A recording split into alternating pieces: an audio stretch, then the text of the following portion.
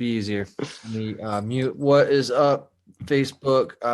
Probably nobody looking just yet because we're on the Fatherhood for the Rest of Us page. But today I'm on again with Rev Tink, one of the 85 names of Sam. And we are going to Strawberry Fields. We are going to be talking. We're continuing our conversation with the Diamond Sutra. We are on chapters, I want to say 7 and 8. Is that right? Yep, because we did 5 and 6 last time. So I'm doing just sharing on my timeline. Diamond Sutra. Goodness. So there we go. Post that. Just get it going. So we're doing that. And I just had I told Sam before we got started here that I was going to throw a curveball. Let me actually tag you. Can I tag you? Oh, Lord. Linking and commenting is Fatherhood for the Rest of Us. At Rev Tink. Is that Rev Tink? Does that show up? I think so. That doesn't show up. All right. Well, anyways, it's, the curveball for today is just going to be. I often am just kind of entertained when I read like anything that's written 2,000 years ago or so, right? Right. And my question, I guess, is do you feel, and this is just just pure happenstance and questioning, but do you feel like we as like kind of the human race substitute technological advance and instead of like human conditioning advancement? And I'll phrase it another way. Like, do you feel like the human condition has advanced in the past 2,000 years? Okay. I'm about ready to say something, and this is probably going to be the most unpopular opinion you ever would probably believe. Okay? And I'm going to go on the mark by saying that I am a tantric Buddhist, and I am going to go on the mark to saying that from this right here is solely strictly from my opinion only, and it does not reflect the agreement or anything else of any truth or for whatever. This is me absorbing this and giving you my honest opinion, right? That's all I'm looking for. Yeah. As someone here, okay. To be absolutely honest, my answer would have to be no. Yeah. Okay, and the reason being is because it's like this. If you want someone to understand something, they have to know not only what it is, they have to be able to identify it. They have to be able to do certain things. And the problem that we are having is that we have spent so much time trying to get around the puzzles that we put ourselves in front of. We impose our own limitations. We impose our own, we cannot do these things. And then we strive to get over those things. We're in the period of time we used to run into those things, and then we would continue to develop ways over them. People are now living their lives, and they're living their lives at this point. We've got an entire group, an entire generation of people that know how to reprogram computers to move things, but we can't teach them, but yet they can't understand certain things, like when someone is speaking to you that is older than you, it's yes sir, no sir. When it's a renderment of certain respect, when it's carrying yourself in public a specific way so you have respect for yourself. I go through, I use a lot of concepts out of books like Shel Silverstein, Dorothy Nolt. You've seen some of the quotes that I've put up at one point in time. And the reason being is because of the fact that Dorothy Nolt believes that, children learn by what they live. And when you go down the entire poem, you see it for what it is. If children learn discipline and they are taught integrity, they learn to live with honor. They learn to live to be decent people. And it's this whole system, and it's a fundamental equation that really works because she is a psychiatrist. So And I know people in the psychological field that have different perspectives upon certain things, but the one thing that they all seem to universally agree at is that we have conditioned ourselves at this point into our technology. Our technology speaks everything for us, everything from Facebook all the way down to the technology that we're using for things. And we are no longer trying to better ourselves as people. We're trying to better machines. We are starting to love tangible objects a lot more than we are to the journey of getting there. You see what I'm saying? Everybody is more worried about being right and recognized for being right than they are for simply just doing the right thing, and there is a lot of things that are going on right now, even with the spiritual community and the way the spiritual community is. It's from the perspective that I'm looking at it from, is there are a lot of very strong pillars and there are a lot of very strong obstructions now that are happening because of the fact that people who are like that, they're disconnecting themselves from one of the biggest things inside of Buddhism, and that is community, that is family. Many people have said the same thing. Businessmen, leaders, doctors, teachers, the technology that was supposed to bring us together, bring us more together, has now began to separate us more, and instead of owning the responsibility, there's always a machine or a device, that there's always some other reason why we're not accepting responsibility for our own shortcomings. We're not appreciating ourselves for who we are. We're not appreciating the people around us for who they are, whether we agree with them or not. A disagreement turns into a major holocaust, a holocaust of like morals at this point. Everybody's attacking everybody's morals because they don't agree with what's being said to them, and they have to drown out what they don't like. They just tune it out, versus where in the world that you live in, we were raised to understand that the world is not fair. You know what I mean? Not everybody's going to be number one. Not everybody's going to be there, and it's not about the gaining of that recognition. It's about doing the right thing because it needs to be done, being a good person. Because what people don't understand is that what you're also understanding is that you're always going to be, they have this whole thing, and that we've drilled into people, don't be who you're not, don't be who you're not, right? We tell them all that all the time, but then they don't understand that when the question pops up, why do we not be who we're not? And the reason why is because they don't have a reason to not be who they're not, because you're already not liking who they are. So now, because you disagree with who they are, they rather than that, they will just change to be whatever anybody wants them to be, and then they lie to themselves. Then they lose their path and they lose their way, and then and people stop taking accountability for their own actions. People stop accepting things that they can no longer change, and then work towards changing the things that they can. If you don't like a system, understand why the system is there. Truly understand it. Look at it unbiasedly. Then become a part of that system, and then work in that system. And then once you work in that system, you work your way up to the top, and then that is where you make the changes. But the entire time you're going to go there, you can't be one of these 20-something-year-olds that took a gamble on their future. They go to college, they had an opportunity to go to college, and they wasted it. Or they wasted it on absolutely nothing, learning nothing. Schools are there to teach you. They're not there to give you morals. Morals start at the house. Morals start at the family. That's where they're there for. The schools are there to teach you, and they're there not to teach you. They're not to teach you anything else but the facts. That's why math is done in a specific formula. It's not told to you what the answer is. You have to learn how to count. You have to learn how to judge and reason. And there are major recessions in just the way people reason nowadays. And their whole... You think that that's just pretty much due to the reliance on technology? Yes, because you've got people, and nowadays and I really hate to put it, and this is the only way I can explain it, you don't need to be psychic to know what's going on in a total stranger's world. You just got to have a Facebook and get curious. That's really what it boils down to. You see what I'm saying? When certain affairs and certain things with certain people were just simply not meant to be discussed like that. You know what I mean?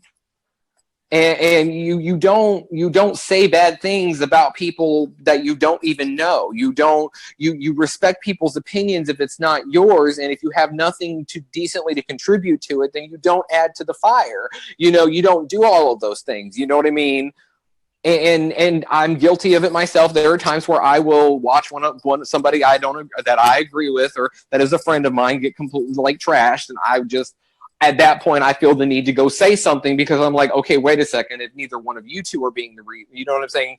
And that's that loyalty in me, and that's one of my major things. I just try to be a really loyal person, and sometimes that does get me into trouble, but as a whole, Well, that's not just for the sake of the argument. That's not impeded or directly related to technology. So again, I mean, just right. I think your answer will be good for now, Sam. We're gonna jump into it, but I mean, it was just a question. I was curious. I was just curious, kind of what your response would be, especially as somebody who has roots in a roots in something that's older than 50 years old or something. Yeah, and like I said, I mean, I can't necessarily speak for what other people believe, but that's generally about where I sit at with it, because when you sit back and you take a look at it and you're looking at it impartially, and you're also accounting for what faults you have, understanding that you're not perfect either. And when you account for all of those things and you sit there and you look and you're like, wait a second, this is not going forward, this is going backwards. And not only is this going backwards, there are certain things that are being fundamentally undermined. And that's just, you know what I mean? People are starting to ignore things. They're starting to live in tunnels. It's a good answer. Fair answer, sir. Fair answer. So let's jump into it then. Sorry for the curveball. Sorry for the curveball. No big deal. No big deal. I mean, I just hope, does that make sense though? I mean, I don't sound like I'm crazy. No, no crazier than anybody else I've ever met. Okay.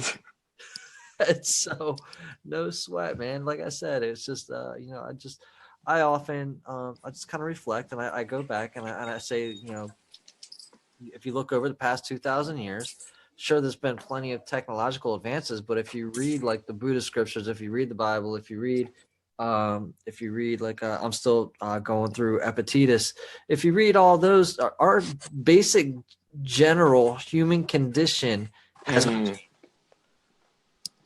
right. The people that we fundamentally are has not changed. Nothing has changed other than the material things that are in our lives. We and the human condition has not changed. Yeah.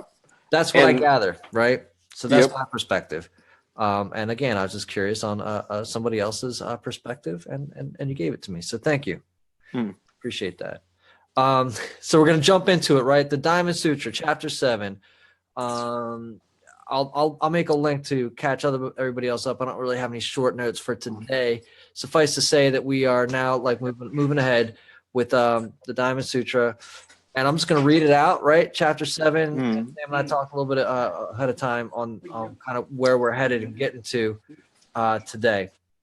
So the Buddha asked Subhuti, "What do you think, Subhuti? Has a Buddha arrived at the highest, most fulfilled, most awakened, and enlightened mind? Does the Buddha teach any teaching?" Subhuti replied, "As far as I've understand the Lord Buddha's teaching, there is no independently existing object of mind called the highest, most fulfilled, awakened, or enlightened mind. Nor is there any independently existing teaching that the Buddha teaches. Why? Because the teaching that the Buddha has realized and spoken of cannot be conceived of as separate, independent things, and therefore cannot be described. The truth in them is uncontainable and inexpressible. It neither is nor is it not." What does this mean? What this means is that Buddha and disciples are not enlightened by a set method of teachings, but an internally intuitive process which is spontaneous and is part of their own inner nature. So I'm just going to take a stab at this. Let me stop the share right there. I'm going to take a stab at this and just kind of, give you like my immediate perception. Buddha's starting to, if I'm going to use like today's layman terms, starting to coach Subhuti, right? Starting to bring him along simply by asking him questions, and then it's going to kind of guide the questioning from here, right? At the beginning of that, it just says, "Hey, listen, do you think that there are these things that exist, right? These things are the highest, the most fulfilled, awakened, and enlightened mind. And Subhuti says there's nothing. There are no independently existing these things that you call those things, right? They don't, for lack of better term, they don't exist. So they may be spots and directions, but they are not places or things. And then we get into nor is there any independently existing teaching that the Buddha teaches. Why? Because he gets down to it here, and he just says that these are, maybe methodologies. But is it not enlightened by a set of method teachings? The Buddha is a guide. The Buddha is guiding others, to a spot or a point which is already innate within one, and is in the process of trying to awaken that within the others, because it is already spontaneous and part of their inner nature. Is that about it? Yes. Okay. Okay. There it is, because see, here's basically what this leads up to. This goes back into the focusing of law of innumerable meanings. And the law of innumerable meanings means anything can truly mean anything. Mm-hmm. What he is specifically coming to is he's asking, he's like, there's no such thing as the one superior, all-knowing mind. And the reason being is because enlightenment is a path that is never supposed to end. The reason why is because it is truly ongoing. It is eternal. You learn and you live every single day. And when you learn and you live every single day, you carry that with you as far as your way into enlightenment, into the world around you. The insinuation that the existing entity of this one true enlightened mind in one specific body all the time is not agreed upon, because of the fact that enlightenment is a path to further forever knowing. Who can truly say you learned? It's like the person who says, could you ever really truly count to infinity? You see what I'm saying? Right. The universe is infinite, and the ways of life about it are all infinite. Everything is there's individuality in every single thing. Even things that are the same, there is still individuality in every single thing. And that means that unless you are there, and unless you were there, and unless you are all living and all breathing in this one body, been immortal, you could not necessarily say that you were consciously there to be able to see everything as true as it had to be able to make the decision of, okay, I am all knowing. You know what I mean? All knowing means you all existed. And if you all existed at that point, you were all knowing, then you as a human being, that's just, you know what I mean? Right. We kid ourselves thinking we can truly know everything. Okay. Yeah. So it's always learning. Fair enough. I love the line though too. Like it talks about cannot be conceived of as separate, independent thing, and therefore cannot be described. And then the truth in them is uncontainable and inexpressible. Let's dig into that just for a second. I mean, just by saying like the truth in them, like of all the things that people see all around, is that still kind of like what we're saying here? Mm-hmm. And is it unexpressible and uncontainable for reason beyond words? For reason beyond words?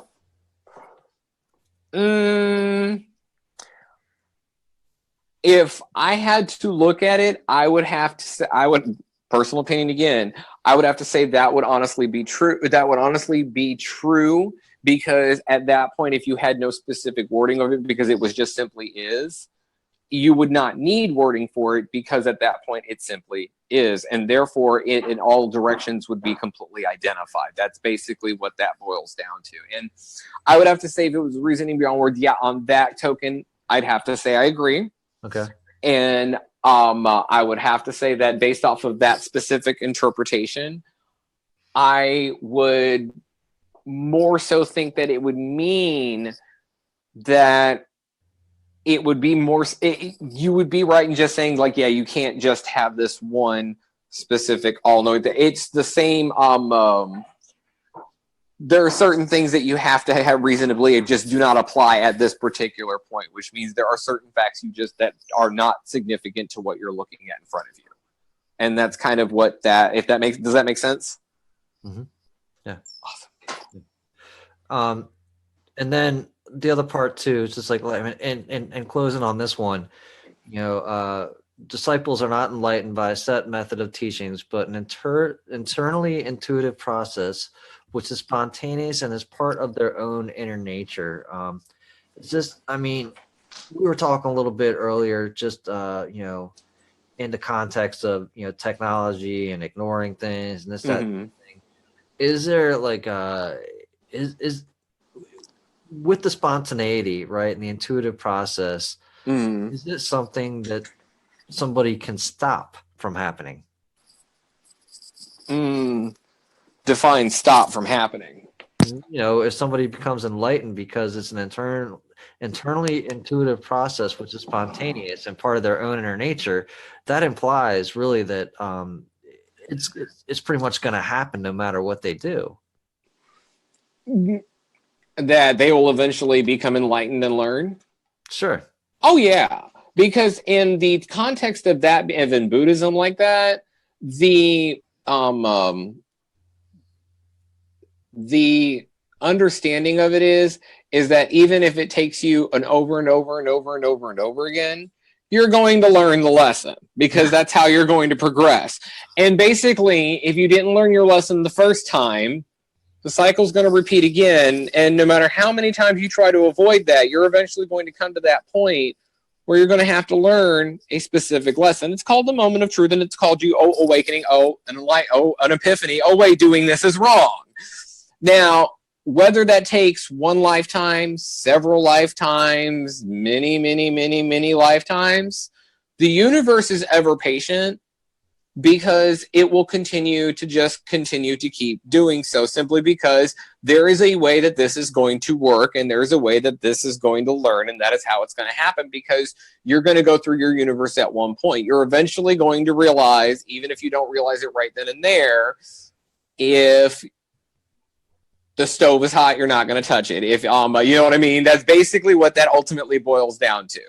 And putting that into that specific sense of it, that's what it's basically meaning. Eventually, if the universe is going to teach you, and you will eventually be enlightened. But how long that takes is completely up to you.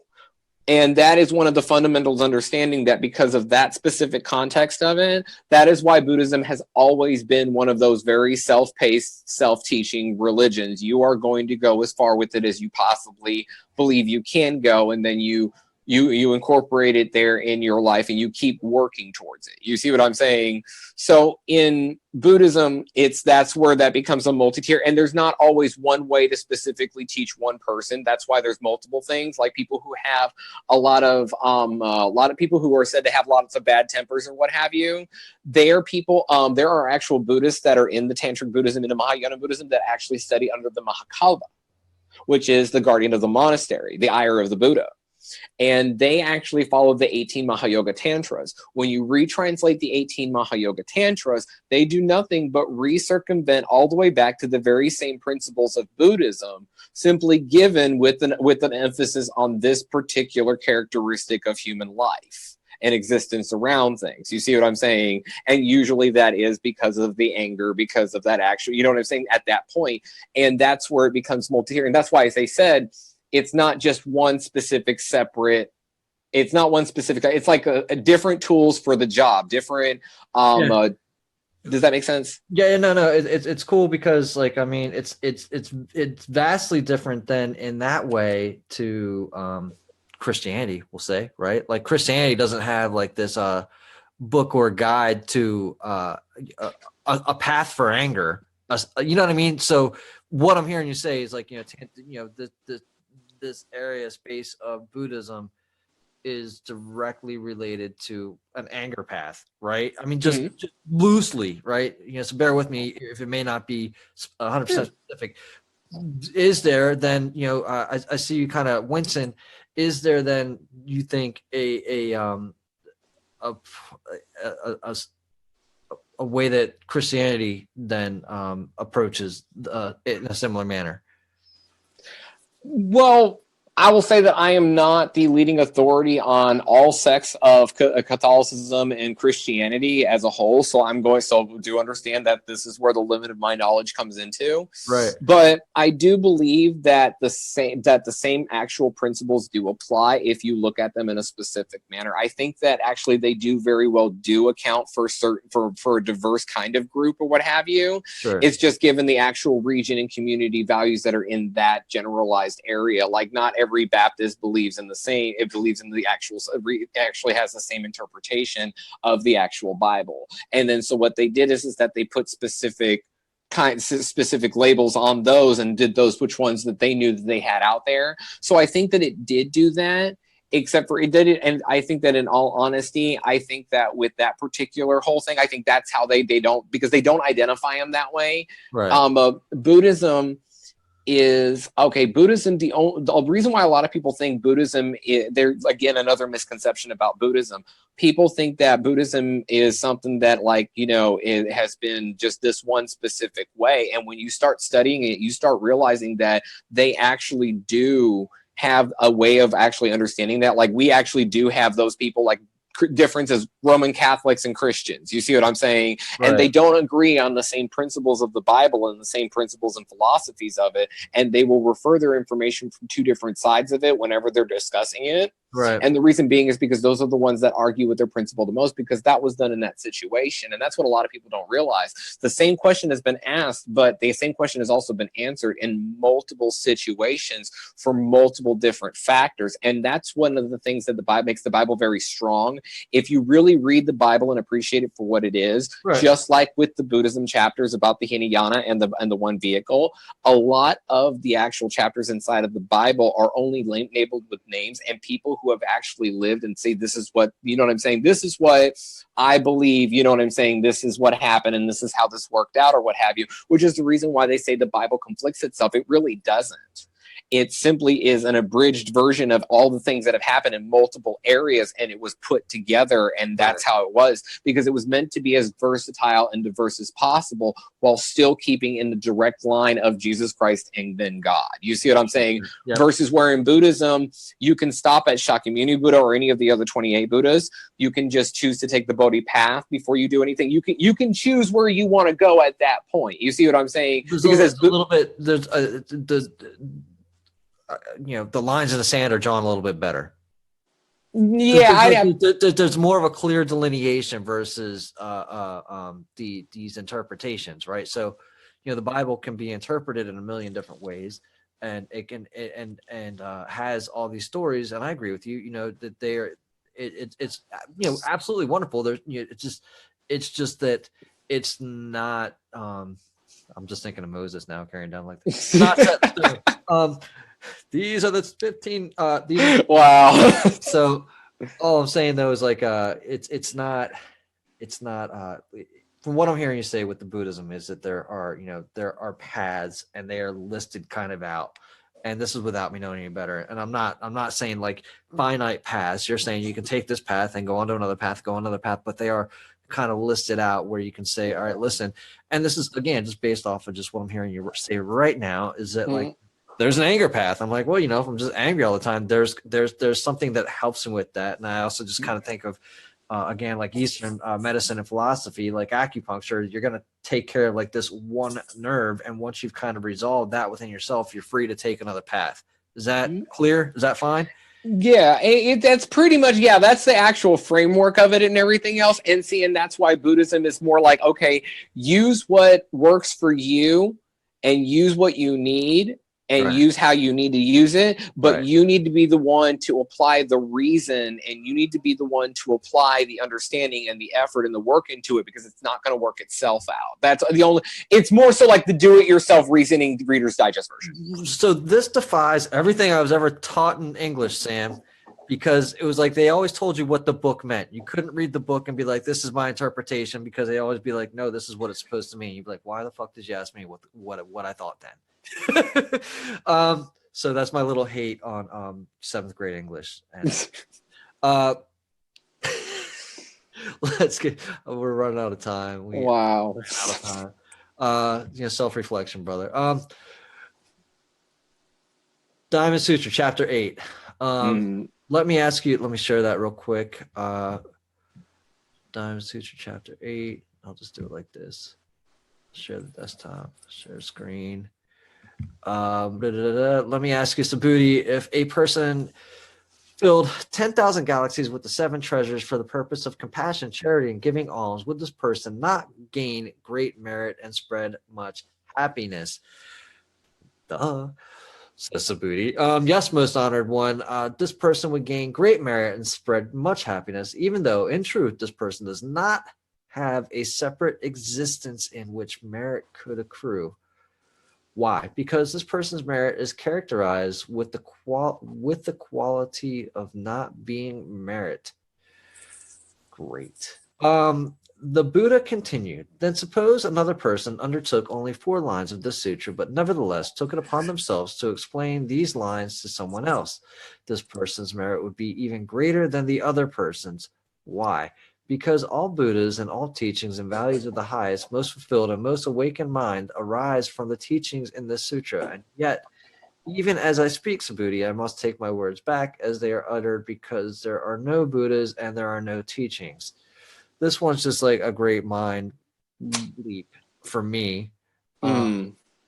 But before we even get going, with the 7, what are the 7 treasures? Okay.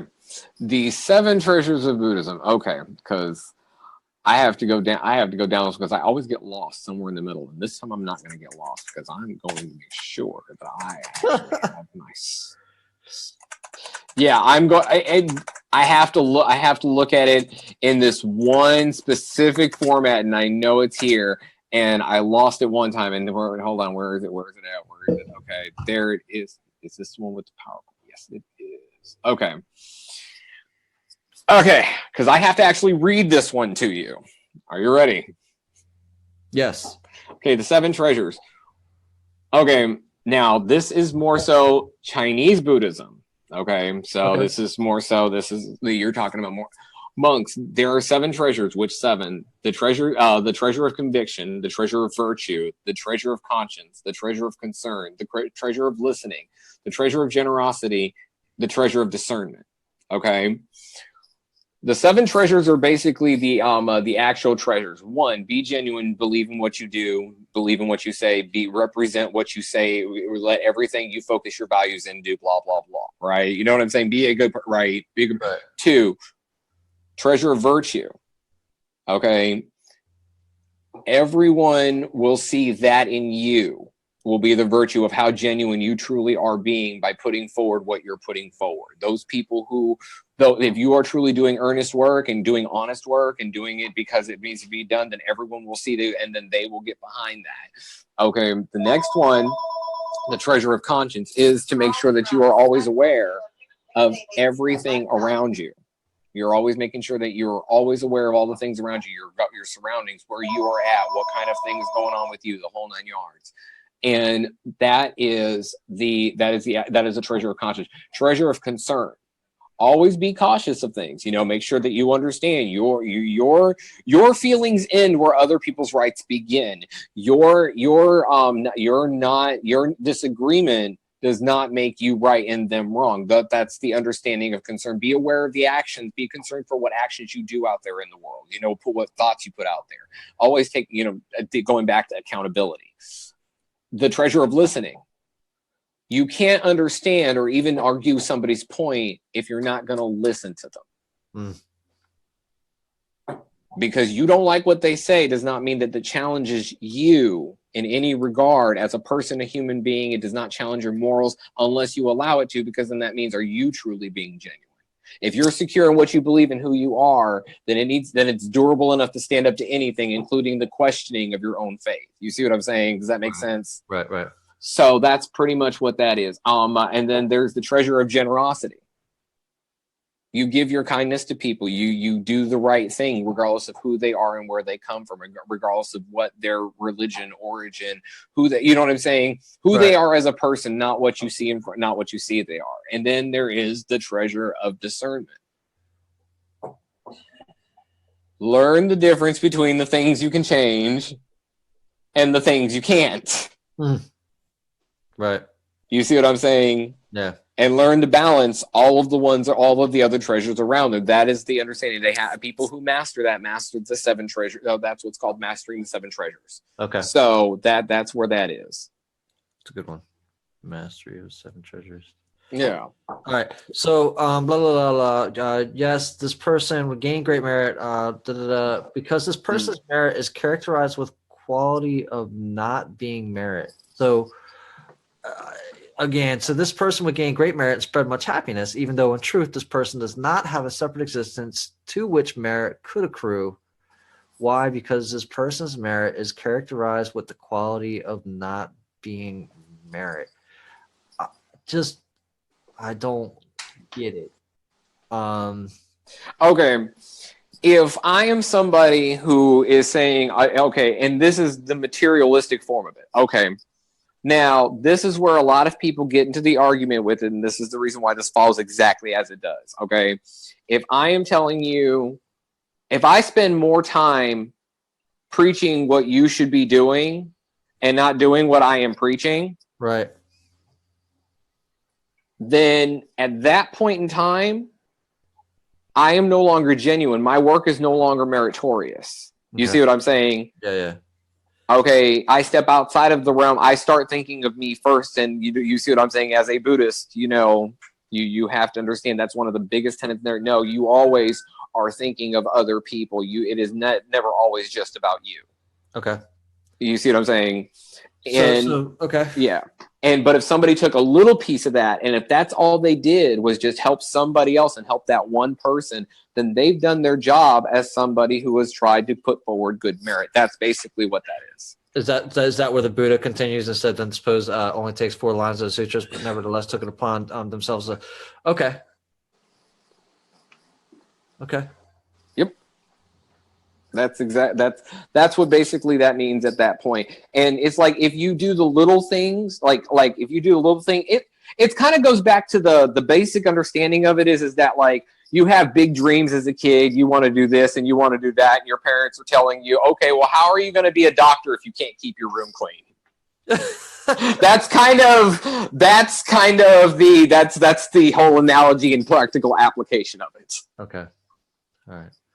I'd just be all like, I don't have to scrub in it to clean my room, Mom. Right. I do it. I would. I do it. I'm gonna make a good father one day. Cool.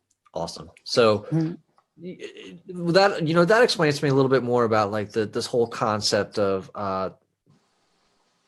if suppose another person only understands 4 lines of the sutra, but nevertheless took it upon themselves to explain these lines to someone else, right? Mm-hmm. It's not so much that there is so much in the sutra, it's that the person is just explaining what they understand to somebody else and believes that will help another person. Mm-hmm. More so than just giving lip service to the whole thing, or just giving things out, or doing all these things again, what looks like more for attention and recognition than it is for true deed in fact. Mm-hmm. Exactly. All right, got it. Yeah, it's kind of like, you know what I'm saying? Be a man of your word and be a man of action, pretty much. And it's just one of those things that be a person of your word and be a person of action. You know what I mean? And those actions you do are based off of your words. So if you say one thing and you do another, or you don't do it all the way, at least to where you've made an honest effort to go forward to, it's not so much as the winning and losing of it. It's so much as what effort did you really put forward with it. You got to be honest with yourself. Got it. You see what I'm saying? Buddhism is not going to work, and Buddhism has a major disclaimer on it. It is not going to work if you're not going to put the effort into it.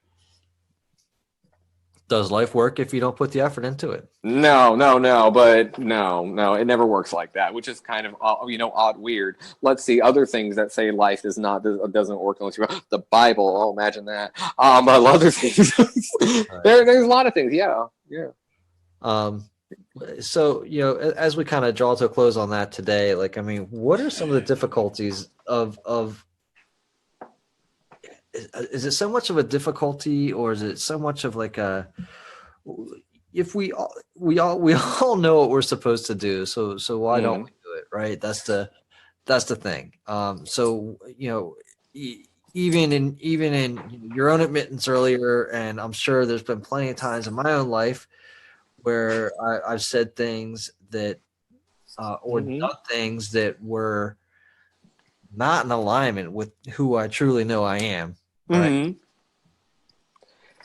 I have. Do that? Is that now? And then I'll do this, and I'll throw this other piece on there. It's just like, is this our social conditioning, and how do we unravel that? Well, I will say that as far as social conditioning, debatable. You know what I mean? For me, the jury is still out on that one, because there are some people that will still, you know what I'm saying, keep chugging along, and I've seen those, and those are very strong, and those are some people I see that they're not just wired that way. You know what I mean? They're not just, because the social conditioning is like, okay, you know what I'm saying? The entire broad spectrum of it is they're being conditioned, which means they're being basically made to be that way. And yeah, there's a lot of evidence that does support that. There's a lot of evidence that critically supports that. Then there's some of that supports that maybe that's not the entire case. And there comes down to a point where people just found it easier to blame everything on everything else, because objects can take a beating more than people can, so to speak. You know what I mean? It's this, it's that. And it's started becoming excuses. You don't have a Facebook, you're not going to be able to do anything. What happened to going out and going to go see a friend? You know what I mean? It's those concepts that I look at. So if I have to say social conditioning, kind of, I would say I don't have a reason to discount it, but I don't have a reason to 100% believe that. I just don't. You know what I mean? I think that it's really just kind of like a phase. And as far as us procrastinating, you know what? I'm probably one of the worst people at it, but I've gotten better over the years. I'm probably one of the worst people at it. I am generally not ready to do anything until probably about maybe 5 minutes beforehand. So, yeah, that's why I was kind of like, I'm going to be here early and on time, because that's my thing, punctuality. But I'm working on that. So, I mean, we just sometimes just don't, for whatever reason. Some people argue that they lie to themselves about it, and I've seen people do that. They hide certain things, they don't address certain things, and they don't take accountability for them, and then they become monsters in their closets. And then there are some people that just flat out just will accept the consequences of not dealing with that and continue moving on. And then that shows responsibility at that point, even though they're not going to deal with that, which eventually they're going to have to anyway. But they're admitting at that point, they're admitting they know they're doing wrong. So I'd have to agree with that. That I'd have to say that, you know what I'm saying? I think there's a various number of reasons, and one of them just is the fact that we just stop trying. You see what I'm saying? And when life is already hard enough to be moving through it, when people already are tired and they're stopping and everything, then you get those people who will put objects in front of people. It goes back to the attachment leads to suffering. You hold on to something all the time. Right. Then at that point, then there are those people who start filling those materialistic things with things that don't happen with more objects, and pretty soon you start creating the object attachment. You see what I'm saying? Whether it's a concept, a principle, or even if it's toys or what have you for kids, you start creating a object of attachment. And when you start doing that and everything starts shutting down around it, then that's what becomes that. When you start breaking down the communication barriers, when you stop breaking down the learning and the teaching processes and stuff. So yeah, even communication with face-to-face people, when you start isolating yourself from everybody. Right. I think you hit on something else there too. When people just basically stop trying at a certain point, do you think that that's because the reward is not obvious?